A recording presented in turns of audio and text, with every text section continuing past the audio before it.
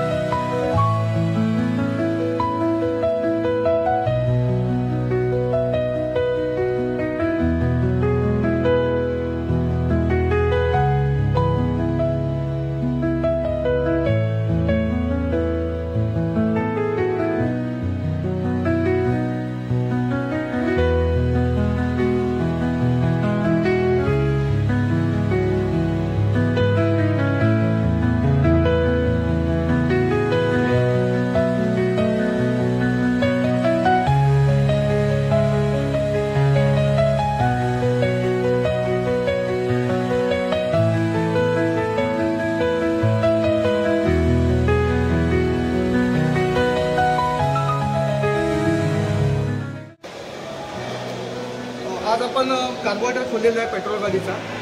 तर हा कार्बोरेटर खोलल्यानंतर आपण हे सर्व पार्ट साफ केलेले आहेत। तर सर्वप्रथम मी तुम्हाला या पार्टची ओळख करून देतो। तर यामध्ये जे पार्ट्स खोलले आहेत, हा कार्बोरेटरची मेन बॉडी आहे।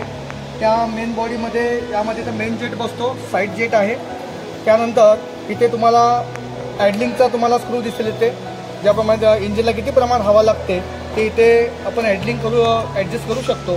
त्यानंतर इथे चोक सर्किट आहे। हे चोक सर्किट काय करतं, तर थंड हवामानामध्ये रिच मिश्रण देतं, म्हणजे पेट्रोल जास्तीत जास्त कोरं कार्बोरेटरला पुरवण्याचं काम हे रिच मिश्रण म्हणजे चोक सिस्टीम करते।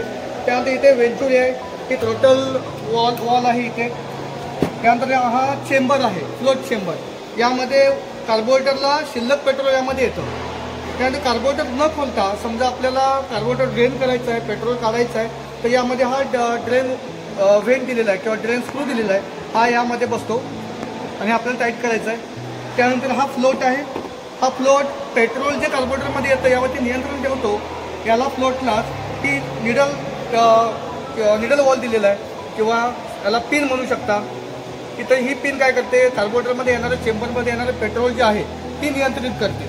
फ्लोट भरला किंवा चेंबर भरला तर पेट्रोल बंद करते।